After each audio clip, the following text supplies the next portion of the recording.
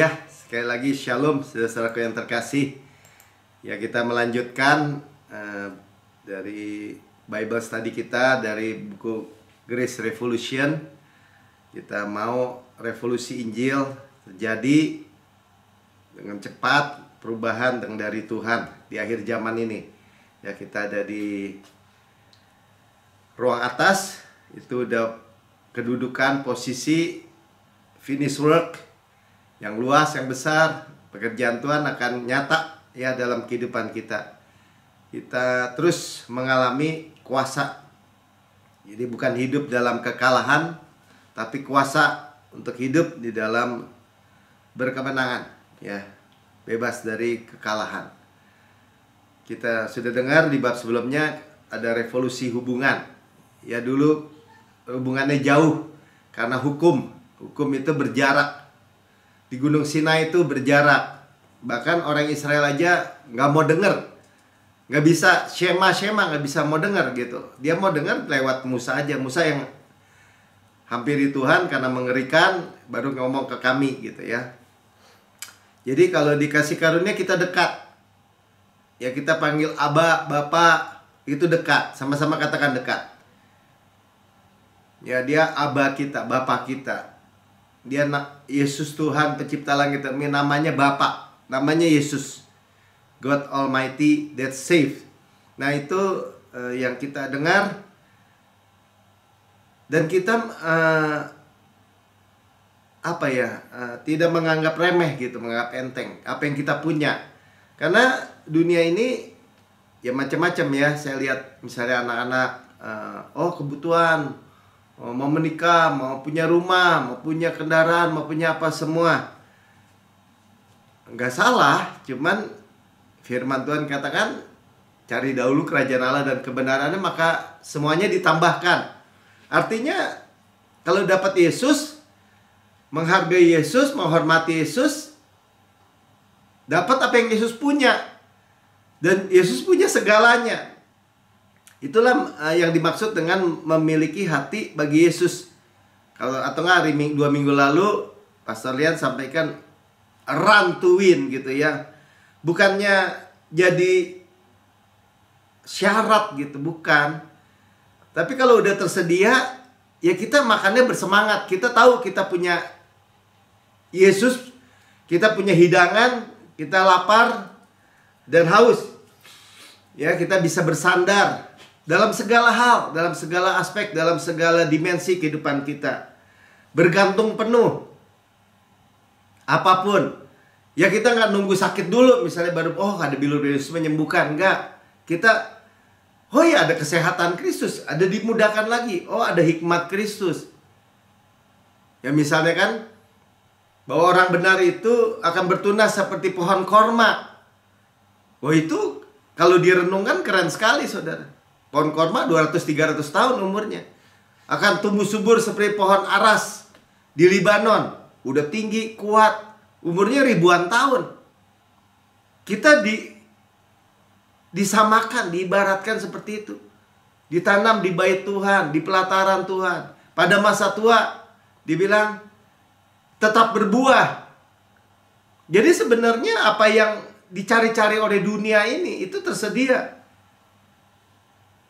Apalagi kita udah tahu ya berbuah menjadi gemuk, segar.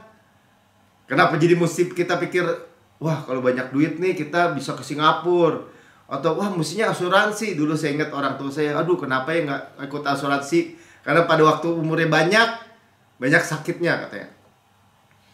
Jadi ini bukannya beban atau tuntutan, tapi fasilitas. Sama-sama kan fasilitas. Ya, makanya nanti kita lihat ya bahwa apalagi kita nih terus masuk, dipersiapkan di waktu Tuhan memberkati. Ya, Pastor Pin udah sampaikan di ruang atas tuh, Tuhan sudah sediakan, udah luas, besar, lengkap, tersedia, komplit. Bayangan makan meja gitu, makan di meja. Ya, duduk sitting party tuh. Ya, makanan apapun yang tersedia kita makan. Gitu ya. Jadi itu yang dimaksudkan dengan memiliki hati. Seperti Marta dan Maria. Ya, kita sering dengar. Marta mikirnya apa yang dia bisa buat Yesus. Beri makan, oh Yesus lapar nih, siapin makan. Maria kita tahu dia memilih yang terbaik, kata Tuhan Yesus. Apa? Itu mengambil dari Yesus. Dia mempunyai hati. Nah, itu yang saya maksudkan. Banyak orang menaruh hal-hal ini jauh gitu. Maksudnya gini, ya Yesus kalau lagi dibutuhkan ya baru dicari. Nanti kalau sakit dibilang, wah Yesus izinkan saya sakit nih atau celaka supaya saya cari Yesus, katanya. Mereka salah paham semua. Ini udah fasilitas, saudara, di hotel bintang 7 atau bintang berapa ya. Ada fasilitas kolam renang, ada fasilitas gym misalnya, atau fasilitas makan pagi, boleh ambil semua. Ya, jadi udah dibayar. Kan ada, dulu saya ingat suatu ilustrasi, bukan ilustrasi ya, kejadian benar katanya. Ada orang dari Inggris mau ke New York, ke Amerika kan. Waktu zaman dulu sekali, Amerika baru mulai. Terus dia miskin, dia pakai semua uangnya untuk beli tiket kapal, untuk nyebrang. Ya, dia irit-irit, dia bawa roti sampai basi dia makan gitu. Kalau dia lihat di restoran, dia pikir wah mesti bayar lagi ya. Jadi dia nggak pakai.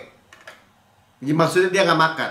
Sampai karena mungkin berhari-hari atau berminggu-minggu untuk nyebrang.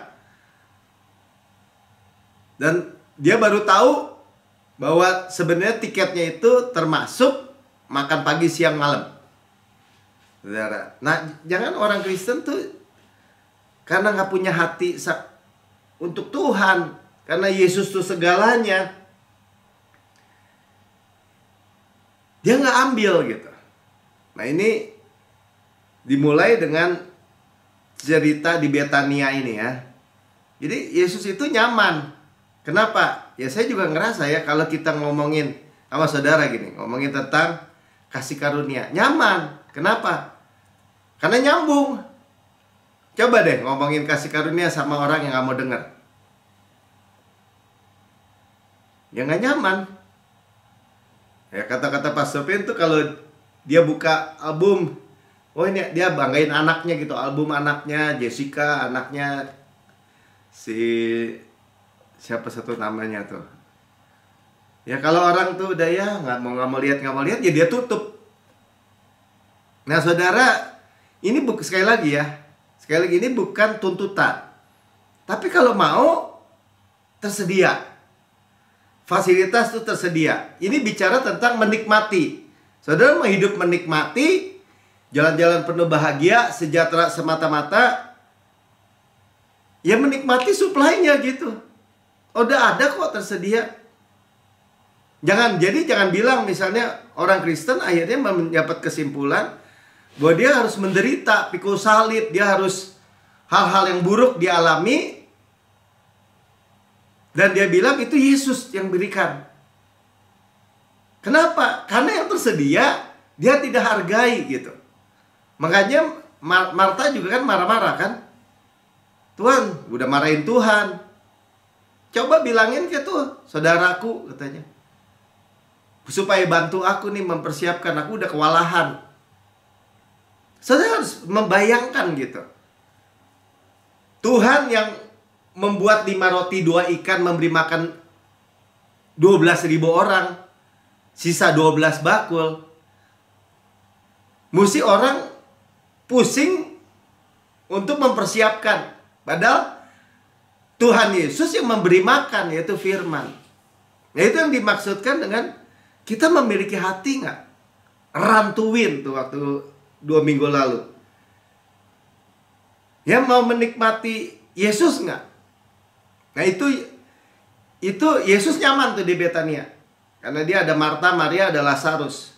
Orang-orang yang welcome sama dia. Orang-orang yang menghormati. Jadi kita udah belajar ya, menghormati Yesus. Bapak itu memberkati kita gitu. Apa yang punya Yesus punya kita. Sebenarnya rahasianya simpel aja. Nah, jadi orang-orang yang berpikir upaya diri, justru sebenarnya nggak menghormati Yesus. Menghina karya Yesus, saya selalu bilang. Tapi banyak orang suka marah kalau dibilang begitu. Karena dia pikir dia mau melakukan sesuatu untuk Tuhan. Diri gitu, kebenaran diri. Nanti kita lihat juga dari murid Yesus yang melakukan kebenaran diri yang bahkan yang paling ultimate gitu. Bunuh diri itu Yudas. Nah, jadi di Betania, kota itu kecil, Yesus tuh nyaman. Ya, dan Yesus tuh ternyata naik ke surga lewat situ juga. Dan dia bicara sama Maria. Marta nggak ngerti apa-apa tentang kenaikan Yesus. Maria ngerti. Nanti kita baca ya. Jadi saya mulai dari Lukas 24 ayat 50 nih. Lalu Yesus membawa mereka keluar kota sampai dekat Betania. Ya jelas ya. Keluar kota dari Betania. Di situ ia mengangkat tangannya dan memberkati mereka. Ya, jadi kita juga percaya bahwa Yesus Imam Besar Agung hanya ada berkat dan berkat. Yang mengangkat tangannya waktu dia naik ke surga, berkat. 51, dan ketika ia sedang memberkati, makanya berkat dan berkat ya. Ia berpisah dari mereka dan terangkat ke surga. Di Betania. Dan sebelum Yesus itu disalibkan, dia diurapi. Karena Maria tahu. Nah saudara gini, ketika kita memiliki hati untuk Yesus, kita menikmati Yesus, kita nggak seperti orang nggak tahu apa-apa jadinya. Kita tahu masa depan kita penuh bahagia. Kita tahu bahwa rancangan Tuhan buat kita tuh rancangan damai sejahtera. Kita tahu bahwa Tuhan tidak mungkin berdusta. God cannot lie. Tidak mungkin berdusta, tidak mungkin berbohong. Dia janji, dia sumpah. Semua berkat se-Alkitab ini milik kita. Nah itu perlu dengar, ya kan? Jadi kaitannya dengan, kan kita sering dengar, duduk dekat kaki Tuhan, mendengar, memilih yang terbaik, hearing, mendengar. Itu harus punya hati, saudara. Bisa aja duduk kaki terus bengong gitu. Beberapa kali juga saya juga pikir-pikir gitu ya. Kenapa ya saya sambil berdoa, sambil ngelamun kemana, maksudnya pikirin yang lain, langsung ngomong gitu. Teman, sebenarnya nggak ada hatinya gitu.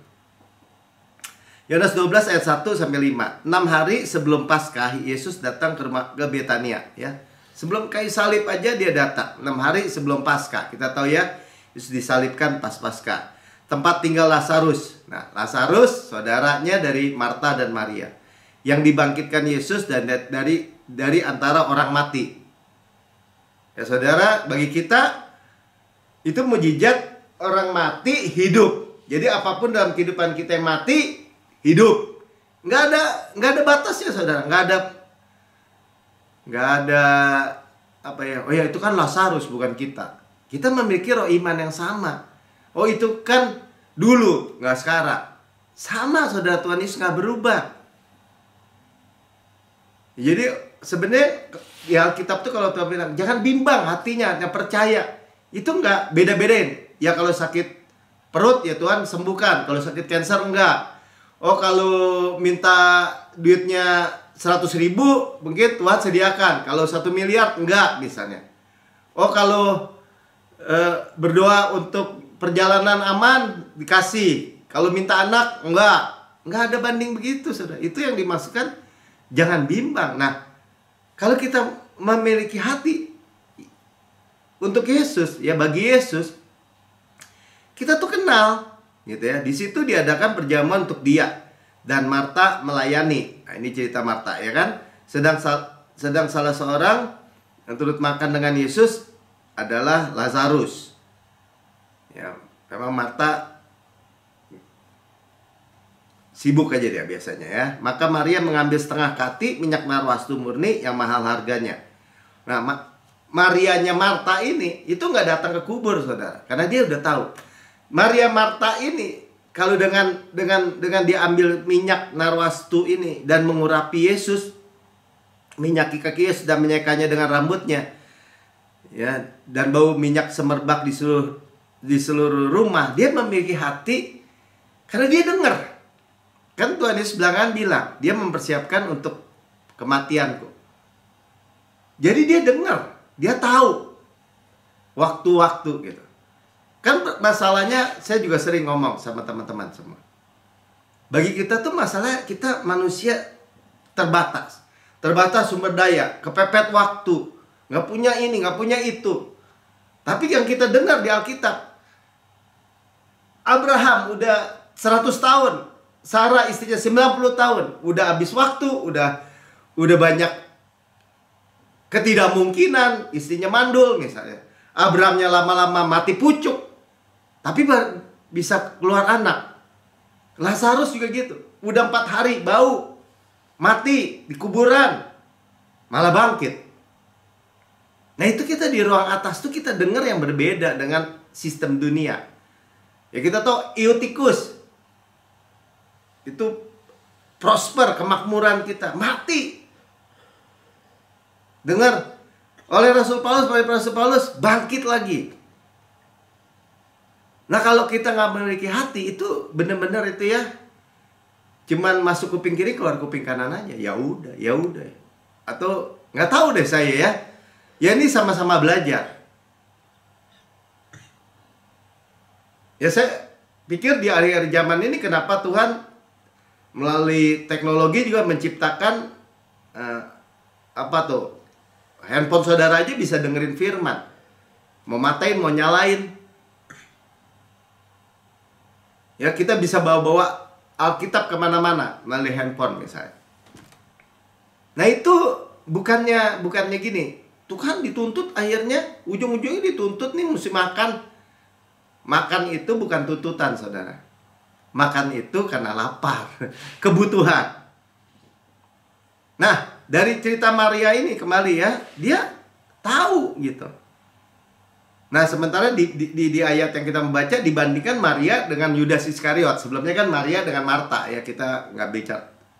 Dengan Yudas, ayat 4 katakan tapi Yudas Iskariot, nah seorang dari murid-murid Yesus ya, yang akan segera menyerahkan dia berkata. Ya memang Yudas kita udah tahu pengkhianat, tapi kita melihat isi hatinya, apa yang dia katakan. Mengapa minyak narwastu ini tidak dijual 300 dinar dan uangnya diberikan kepada orang-orang miskin? Orang dia menyerahkan gurunya dengan uang 30 keping perak. Emang dia mikirin Yesus gitu? Dia mikirin pelayanan? Enggak saudara. Ya, jadi sementara Maria mengeluarkan minyak narwastu murni, upah 1 tahun tuh 300 dinar. Ya menyembah, mengasihi Yesus, mengurapi Yesus karena dia dengar gitu, bahwa Yesus akan segera menyerahkan diri di kayu salib. Dia udah dengar. Saudara saya 2000 tahun udah dilakukan oleh Yesus, kita dengar juga. Sebagai kita untuk kita. Bagi Yudas menegur, marah, boros katanya. Ya, dia tidak melihat nilai daripada Yesus. Nah, ini yang kita mau garis bawahi. Dari buku ini dikatakan sejauh mana kita menilai, sejauh mana kita menghargai Yesus. Yesus itu apa bagi kita sekarang? Betul ya, kalau dulu mungkin lu gak menghargai Yesus tuh, hidup dalam dosa lu, dosa aja fokusnya. Oh bukan gitu saudara. Fokusnya apa yang kita mau ambil dari Yesus. Semakin kita ambil, semakin kita menghargai Yesus. Dan Yesus memang segala aspek dalam kehidupan kita. Jangan, wah Pak Melki kembali lagi nih, khotbah nih, duit nih, khotbah Injil kemakmuran nih, kaya atau apa gitu. Saudara, nggak ada Injil kemakmuran. Saya udah ulang-ulang. Yang ada Injil kasih karunia, Injil Kristus, kabar baik Kristus, Injil Shalom. Rasul Paulus bilang Injilku yang dia beritakan karena kebangkitan Yesus. Yesus dan karya yang sempurna yang dia beritakan. Isinya pengampunan segala dosa dibenarkan sepenuhnya. Untuk kita apa? Untuk kita terima semua apa yang Yesus terima. Semakin kita terima, semakin dia dimuliakan dalam kehidupan kita. Gimana Pak Melki caranya? Orang kan tuh caranya. Ya dengar, terima, aminkan. Ya. Jadi waktu ketika bertindak bukan pemborosan, dia melihat nilai Yesus. Ya, mencuci kaki, mengurapi dengan minyak narwastu, terus diseka dengan rambutnya. Ya, jadi orang bisa tahu ya tentang nilai rumah. Istri saya kan jualan rumah ya, saham, emas mungkin apalagi ya nilai-nilai itu. Oh tahu nilai ini, tapi tidak tahu nilai Yesus dan menganggap remeh. Nah ini kita harus ingat. Jadi bab 13 ini bagus sekali ya. Kita nih memiliki semua. Ketika kita bilang ini, orang kasih karunia, saudara memiliki semua. Saudara amin. Karena kita udah sering dengar. Dan Yesus sudah bayar semua. Amin. Dia sudah selesaikan. Kita start dari finish. Cuma dalam perjalanan, dalam realita hidup kita jangan gini dong. Kayak dulu anak saya bilang gini, Pipi, kenapa kalau si om itu khotbah di mimbar kasih karunia, tapi kalau rapat beda ya Pi? Kenapa Mik?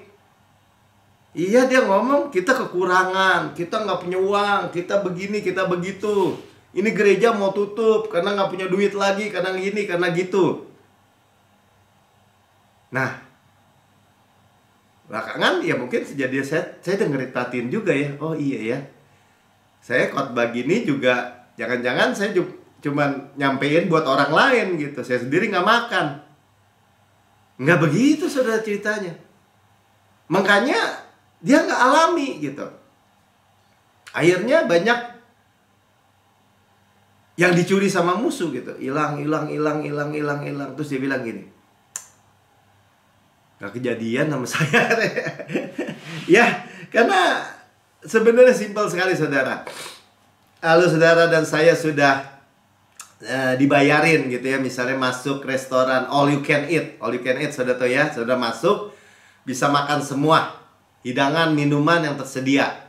Kalau ada 100 jenis makanan dan minuman, saudara makan. Udah dibayar gitu. Sudah lunas. Nah kan orang Kristen kan merasa rohani kalau dia menderita nggak makan apa-apa. Kok puasa? Kok cuma makan nasi putih doang? Ini semua boleh dimakan loh. Enggak lah, seolah-olah rendah hati gitu. Saya nggak mau nyusahin Tuhan. Kalau saya yang bayar, saya lihat dia cuma makan sama timun, acar, sama nasi, saya kecewa tuh. Tahu gitu. Kasih makan warteg kan. Warteg masih bagus sih, masih ada banyak makanannya juga. Nah, saudara, kita nih nikmati. Makanya ingat ya, tadi juga ini juga dibagikan. Yesus itu pusat. Dunia ini pinggiran, kawasan apa? Pendukung tuh. Ya kalau ada Jakarta, ada Jabodetabek. Jakarta ya, Tangerang, Bogor, Bekasi, terus ada apa lagi itu, Depok. Nah itu kawasan periferial sebenarnya ya. Yesus itu pusat. Ya mumpung masih baru pemilu, bagi saya ya selamat nomor 2 menang gitu ya kan, jadi presiden, wakil presiden. Siapapun sebenarnya jangan pernah kita ngomong gini, iya kita minoritas aman ya presiden kita nih, wakil presidennya nasionalis atau apa. Pokoknya gini, sementara ada saudara dan saya, Tuhan itu memperhatikan kesejahteraan kita. Sama-sama kata Tuhan memperhatikan kesejahteraan saya. Kenapa? Saya anaknya kok. Saudara dan saya, semua. Jadi kalau ada orang bilang, oh, untung lo orang Kristen lo, bukannya si ini yang jadi presiden. Kalau nggak habis lo. Misalnya minoritas habis lo. Oh nggak bisa saudara, nggak bisa. Kita bukan minoritas. Saudara satu orang, misalnya ada satu orang Kristen, seperti Abraham aja, nawar kan? Kalau di mana tuh? Sodom, Gomora, Sodom. Ada 10 aja, dia nawarin saya sampai 10. Coba kalau sampai 1, Tuhan tetap kasih itu. Karena satu kita Yesus. Satu bersama Yesus itu mayoriti, saudara. Cuma siapa yang mau percaya? Kebanyakan manusia kan hidup dari apa yang kita lihat. Enggak ah. Nah, udah ngomong gitu ya ngomong sendiri. Tapi coba kalau saudara ya tahu siapa Bapak kita yang mensuplai semua, yang membackup kita. 2/3 malaikat aja ikut Yesus semua. Saya memperkatakan gini semakin menyadari, makin menyadari. Sehingga kalau orang bilang, ya kita minoritas, enggak. Atau enggak ya kalau dia nggak mau denger ya saya udah mati, enggak, lu aja. Ya. Karena satu orang Yusuf di Mesir, dia jadi penguasa Mesir. Kenapa? Tuhan menyertai. Satu orang Yusuf, Mesir yang mestinya kelaparan, jadi makmur. Jadi saudara, ini masalah kebenaran. Yang percaya katakan amin. Ya, apakah juga dikatakan ya, kalau kita tadi kan memiliki hati, terus kita nggak didisiplin, kita anak, ya udah biarin aja, lu suka-suka lu lah gitu ya. Kita ada di bawah kasih karunia koreksi ya, dengan kasih karunia dan hikmat. Ya, ini juga dibagikan ya. Jadi dengan kasih kesabaran yang berlimpah, Bapak mendisiplin anak-anaknya yang terkasih. Nah, persoalannya kan gini. Orang bilang iya lagi didisiplin tuh sama Tuhan tuh. Oh, kalau orang dulu lagi ngomong ya, disiasat tuh, diskors, digini, digitu, dibikin menderita, dibikin penyakit, dibikin cancer, dibikin kecelakaan, bahkan anaknya mati atau kecelakaan atau sakit. Terus dia bilang lagi disiplin sama Tuhan. Atau bahasa lebih tingginya, lagi Getsemani nih. Atau apa lagi pikul salib nih. Ya bahkan ada orang bilang harus begitu. Nah, sekarang kita juga harus jelas. Ya, dari Amsal 3 ayat 12. Karena Tuhan memberi ajaran, sama-sama dengan ajaran. Jadi kita dididik, diajar. Ya, seperti apa? Dibilang seperti seorang bapak atau ayah kepada anak yang disayangi. Jadi udah jelas di perjanjian lama bilang bapak sama anak. Bukan anak yang dibenci, anak yang disayangi, terkasih. Jadi dididik dengan apa tadi? Diajar firman. Amin. Jadi bukan dengan penyakit, kecelakaan, atau penderitaan, atau kebangkrutan, saudara. Ya tapi kan terjadi Pak Melki, itu jadi pendeta begini, begitu. Karena ada kepercayaan yang salah, udah gitu aja. Bapak saya Pastor Win pernah bilang gini, kalau dia izinkan misalnya penyakit, sakit apalah saudara sebutlah, atau Tuhan yang kasih gitu. Emang saudara lihat di surga, emang ada gitu sakit perut di surga misalnya sehingga saudara dikasih? Atau ada gitu hal-hal yang di hati Tuhan, Bapak sebel nih gue mesti Melki nih, gue kasih sakit aja gitu, ada kesebalan gitu. Nggak ada, Allah udah kasih. Nggak ada saudara. Tapi itu kan mulai dari belief saudara. Jadi dari mana dong Pak Melki? Kan bener kan? Dari salah percaya. Kita di bawah matahari.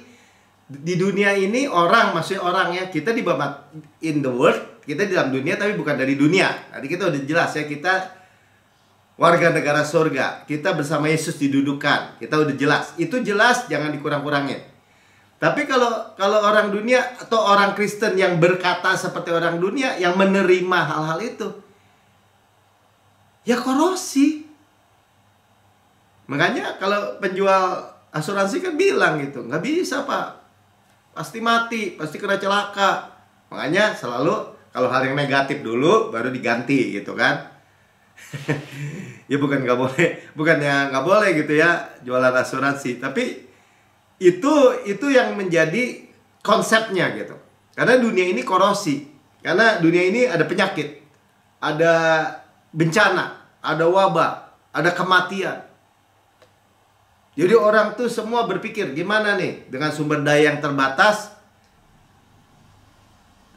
supaya optimal gitu. Nah, sementara kita punya Yesus, saudara. Ya, kita punya Yesus. Jadi tadi belum selesai ya. Jadi dengan firman, mana buktinya Pak Melki? Kita udah dengar ya, di ruang atas kaki kita dicuci terus dari debu-debu dunia, makanan iblis kita nggak bisa dimakan lagi.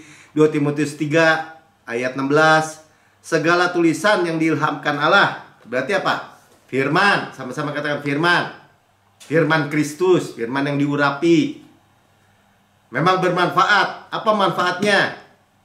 Mengajar. Kita diajar. Oh, tadi kan diajar oleh Tuhan melalui firman.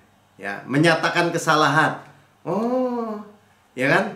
Salah percaya yang kayak gitu, percaya salah tuh. Kalau percaya misalnya kan banyak orang gitu percaya kan, ya kalau Tuhan udah waktunya mah Tuhan ambil, ya kita mau bilang apa? Tuhan ambil. Soalnya jadi Tuhan malaikat yang maut kan gitu ya. Jadi Tuhan yang ambil nyawa kita, lagi anak-anak hidup diambil sama Tuhan. Ya udah waktunya Tuhan, kita nggak bisa bilang apa-apa. Padahal kita belajar di Amsal 18 ayat 21. Ya, apakah firman-Nya bilang ini? Hidup dan mati dikuasai sama Tuhan. Gak bilang gitu. Hidup dan mati dikuasai sama di mulut saya saudara sendiri nih. Daging gak bertulang ini gitu ya kan. Memang lidah tak bertulang, tak terbatas kata-kata. Di lidah saudara sendiri. Siapa yang suka mengemakannya, memakan buahnya. Bahkan firman Tuhan bilang kan, dengan panjang umur ku kenyangkan mereka. Buktinya apa Tuhan? Buktinya apa? Ya buktinya Yesus mati muda, 33,5 tahun. Saudara umur panjang. Ya tapi saya nggak mau Pak umur panjang, menderita. Gini. Kan hidup orang Kristen menderita, cepat pulanglah. Dengan kenyang itu artinya dengan puas. Long life dengan satisfied. Sabar. Bahasa Ibraninya. Nah, salah. Oh salah Tuhan. Makanya kita metanoia. Oh salah ya, Tuhan kasih kecelakaan, Tuhan izinkan. Salah ya. Ya kita metanoia dong. Jangan dipertahankan. Kan banyak teman saya juga gitu, ngotot sama saya gitu. Gak bisa Melki, lu sesat. Masa orang Kristen gak pikul salib? Lu sesat lu. Gue sih gak mau tahu deh. Itu tuh ngomongan Tuhan Yesus sendiri. Kan begitu. Marah pokoknya dia sama saya. Ya kan salibnya dipikul. Nggak bisa. Paulus bilang nggak bisa. Nah, saudara bingung nggak sama orang yang gitu? Ya itu bukan rohani saudara. Stupid.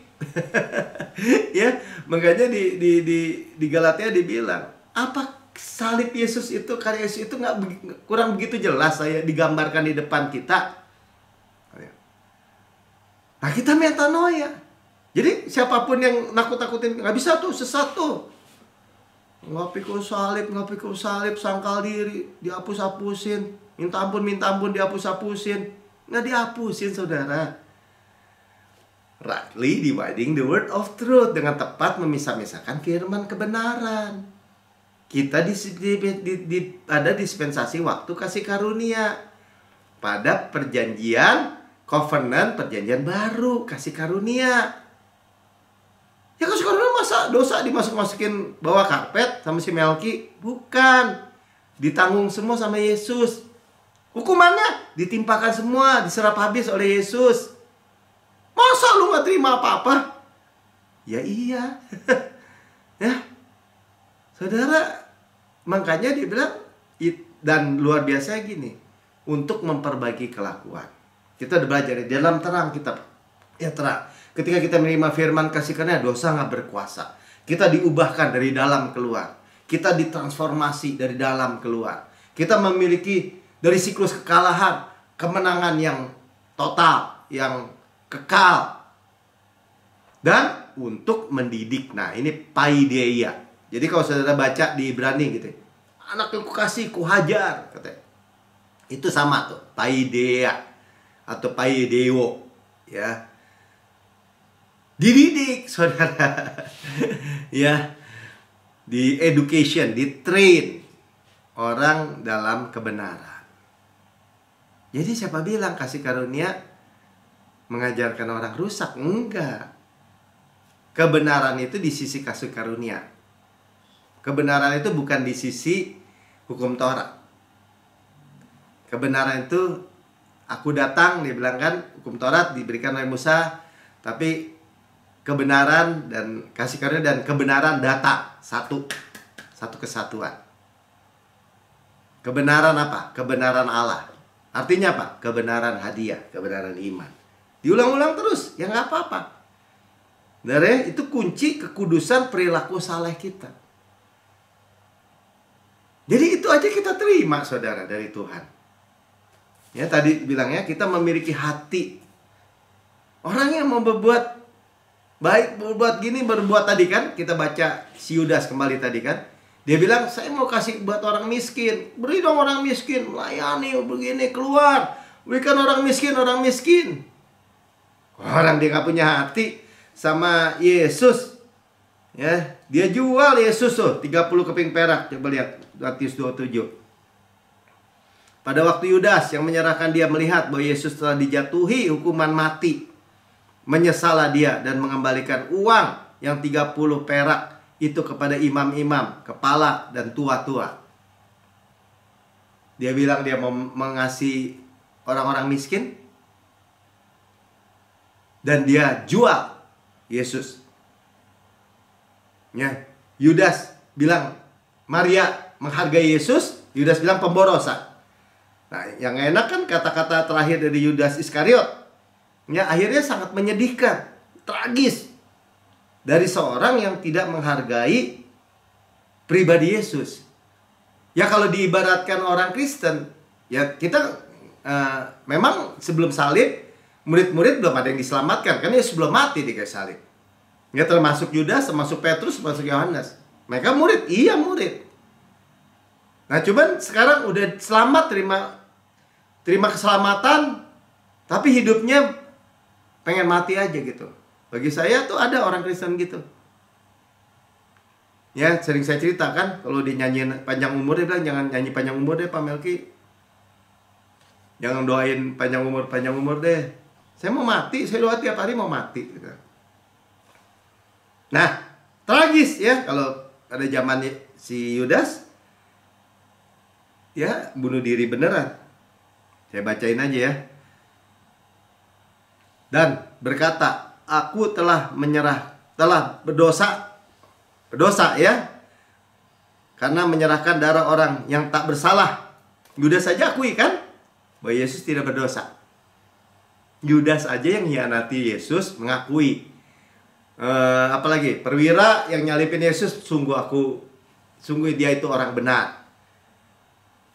Pilatus saja sampai cuci tangan tuh, sampai berusaha gimana nih, masa gue mesti salipin orang gak salah. Imam-imam juga gitu, mesti cari saksi-saksi palsu untuk bisa mendakwa Yesus. Yesus diperiksa, anak domba Allah, tanpa cacat, tanpa noda, tanpa celah. Diperiksa, termasuk Yudas, bilang menyerahkan darah orang yang tak bersalah. Tapi jawab mereka, apa urusan kami dengan itu? Itu urusanmu sendiri. Imam juga tahu nggak tadi? Tahu juga, imam-imam kepala dan tua-tua, bahwa dia menyerahkan orang nggak bersalah. Ya, maka ia pun melemparkan uang perak itu ke dalam bait suci, lalu pergi dari situ dan menggantung diri. Dia udah lihat Yesus nggak bersalah, dia udah lihat Yesus disalibkan, tergantung buat dia, buat dosa-dosa dia. Kalau gini maksud saya, kalau orang Kristen bilang ini, ya kalau orang berdosa tuh harus bertobat, menyesal bertobat tuh, baru selamat tuh. Kan orang ngarepin gitu kan. Yudas bertobat sampai dibuang itu duit 30 perak, menyesal, ditulis menyesal. Tapi tetap nggak menghargai karya Yesus. Buktinya apa Pak Melki? Ya buktinya dia gantung diri. Padahal Yesus tergantung di kayu salib antara bumi dengan langit, termasuk untuk dosanya Yudas nggak? Termasuk, saudara. Apa bedanya Yudas sama Petrus? Petrus udah menyangkal 3 kali, udah dikasih tahu, nyangkal juga, ngutuk lagi. Mengutuki itu bahasa di Alkitab. Dosanya 3 kali lipat dosanya Yudas ini. Kalau dihitung matematiknya. Tapi Tuhan memulihkan. Bahkan Petrus menjadi sokoguru. Dia menerima kasih karunia itu. Saudara, begitu sederhana ya. Jadi tersedia karya Yesus untuk rasa bersalah. Yudas juga sebenarnya, Yudas menyesal. Tapi orang Kristen mau seperti drama Korea. Pokoknya kalau orang udah salah, harus dia tahu salah. Harus dia menyesal. Harus dia, kalau bisa puasa, cakar-cakar diri, pakai pisau gitu. Kalau perlu gantung diri, bagus. Dunia begitu, saudara. Iblis apalagi pengen begitu. Ya, ini sikap pembenaran diri yang paling top, ya gantung diri, bunuh diri. Itu menghina finish work dari Yesus. Kecil-kecilannya menyiksa diri. Kalau dosa menyiksa diri. Ya kan Pak, orang berdosa masa suruh bertobat? Ya tadi kita dengar melalui firman, dengerin firman. Ngomong ini, Tuhan, saya nggak sanggup tapi Engkau sanggup. Tuhan, ternyata Engkau tuh hikmat saya. Kebenaran saya adalah kebenaran Allah dalam Kristus. Kekudusan saya. Saudara bergumul tentang kekudusan. Itu pengudusan, itu penyucian saya. Penebusan saya. Miskin ditebus jadi kaya. Jadi nggak kekurangan apa-apa. Nah, kita tutup dengan kesaksian ya. Ini seorang yang ditulis di sini, Garrett namanya nih, dari Afrika Selatan. Ya, saya bacakan. Ya, bagaimana keadaannya Tuhan restorasi ya. Saudara dengar ya. Saya bergumul dengan depresi dan putus asa selama bertahun-tahun. Depresi, putus asa. Yang sering kita dengar ya. Yang membawa saya terposok ke dalam tindakan merusak diri. Merusak diri. Belum sampai bunuh diri, tapi merusak diri. Sama waktu itu saya kehilangan sangat banyak hal dalam hidup saya. Bahkan orang-orang yang saya kasihi meninggalkan saya. Banyak hilang. Tersesat dan kacau. Saya pindah dari satu tempat ke tempat lain. Pikir kalau beda suasana, beda kota, mungkin dia banyak duit ya. Mulai hidup baru. Nggak bisa, saudara. Berusaha membangun hidup saya lebih baik, tapi tidak ada yang berhasil. Nah, ini juga menggambarkan kan, aduh, coba kita tinggal di luar negeri ya. Coba kita tinggal di Singapura, coba kita tinggal di Jepang, kalau kita tinggal di Australia. Mungkin hidup kita lebih bahagia ya, lebih gitu. Bukan tempatnya, saudara. Nah, ini contohnya kan. Apakah kita memiliki hati dimanapun kita berada kepada Yesus? Saya menikah karena kesombongan, bukan demi cinta. Tapi dari pernikahan itu lahir seorang putra yang saya sangat kasihi. Lebih dari hidup saya sendiri. Dia sayang sama anaknya ya. Akan tetapi karena ketidakbahagiaan saya dan mengambil keputusan yang buruk, saya terlibat dalam dunia kecanduan obat-obatan, narkoba ya, dan penyalahgunaan alkohol. Akibatnya saya kehilangan pekerjaan, istri saya dan putra saya yang kasih pergi mereka. Saya harus berpindah dari Irlandia ya di Inggris ke Afrika Selatan untuk bertemu putra saya. Berarti isinya meninggalin ya. Saya berhasil mendapat pekerjaan, tetapi narkoba, obat-obatan ya, alkohol dan keputusasaan lebih kuat dari kemampuan saya untuk memulihkan keadaan. Saya jadi budak dari situasi saya, budak ya. Tinggal sendirian, merasa kesepian dan membenci keadaan saya sekarang. Pikiran saya beralih kepada bunuh diri. Sudah lihat ya. Tetapi saya juga gagal dalam usaha itu. Mau bunuh diri juga nggak bisa. Maksudnya nggak mati-mati kali ya. Lalu saya bertemu dengan wanita yang bernama Linda yang menolong saya membiasakan diri dengan keadaan dan secara perlahan bergerak maju, bertahan hidup dan meninggalkan kecanduan. Saya berseru kepada Tuhan untuk pertolongan, tetapi saya rasa dia benar-benar tidak mau menolong saya, atau bahkan tahu apakah dia ada. Meskipun demikian saya tetap mencari dan bertanya. Dia mulai mencari ya dalam lembah kehancurannya. Hubungan saya dengan Linda menjadi sangat buruk ya. Jadi kalau saudara rumah tangga lalu minum-minuman, narkoba, buruk pasti. Yang tampaknya seakan-akan kami akan memilih jalan masing-masing, pisah lagi.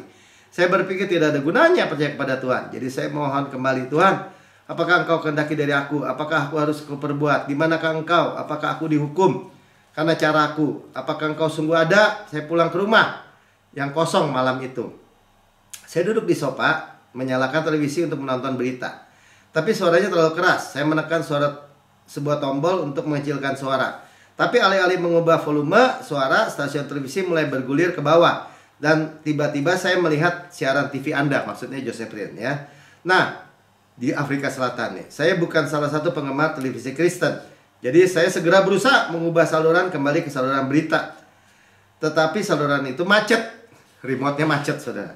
Pastor Rien, saat itu juga Anda menatap kamera dan berkata, mungkin ada seorang di sini malam kebaktian ini atau sedang menonton televisi ini. Hidup Anda saat ini diombang-ambingkan oleh angin, badai. Mungkin Anda itu adalah badai finansial, mungkin itu badai sakit penyakit sudah menyerang hidup Anda. Apapun bentuk angin badai itu, saya di sini untuk memberitahukan Anda, di tengah-tengah badai, carilah Yesus. Saya merasa seperti dihantam kereta barak. Saya berhenti di dalam lintasan saya dan saya ketakutan karena saya hanya beberapa menit yang lalu saya menjerit kepada Tuhan untuk jawaban. Saya yakin pada saat itu Tuhan sedang mengarahkan saya ke suatu tempat. Tubuh saya mulai kesemutan dan lampu ruangan itu mulai menjadi terang. Meskipun saya bukan orang yang mengalami momen agama, saya yakin bahwa saya sedang mengalami momen bersama Kristus. Itulah sangat nyata dan saya sama sekali tidak terduga. Khotbah Anda mengubah dunia Anda, dunia saya. Saya tidak tahu Tuhan mengasihi bahwa Tuhan dapat mengasihi seorang seperti saya. Setelah semua yang sudah saya perbuat, keesokan harinya saya keluar membeli salah satu buku Anda. Saya menyelesaikan dalam 2 hari. Dan setelah membacanya, saya menjadi lapar dan tidak pernah saya mengalami sebelumnya. Suatu pengertian yang tidak pernah saya pahami sebelumnya. Mata saya terbuka dan saya ingin lebih lagi. Saya cuma keinget gini aja, saudara. Nggak perlu dalam keadaan yang terpuruk, hancur, untuk mulai mendengar kabar baik, saudara. Saya selalu beritakan kepada diri saya sendiri, kepada semua. Ya, kalau kita udah hidup semua padahal sadar nggak sadar, dilindungi, dipelihara, dijagai, walaupun kita sadari nggak sadari, terus masih aman, kita ambil semua apa yang Tuhan sediakan lebih lagi. Mulai pengajaran Anda, sekarang saya dapat mengerti bahwa firman Tuhan tidak seperti sebelumnya. Saya menerapkan firman ke dalam hidup saya. Sekarang saya bebas.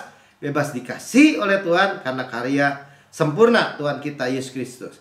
Saya bebas untuk berharap, bebas menerima, bebas merdeka maksudnya ya, menghampiri Yesus meskipun saya gagal.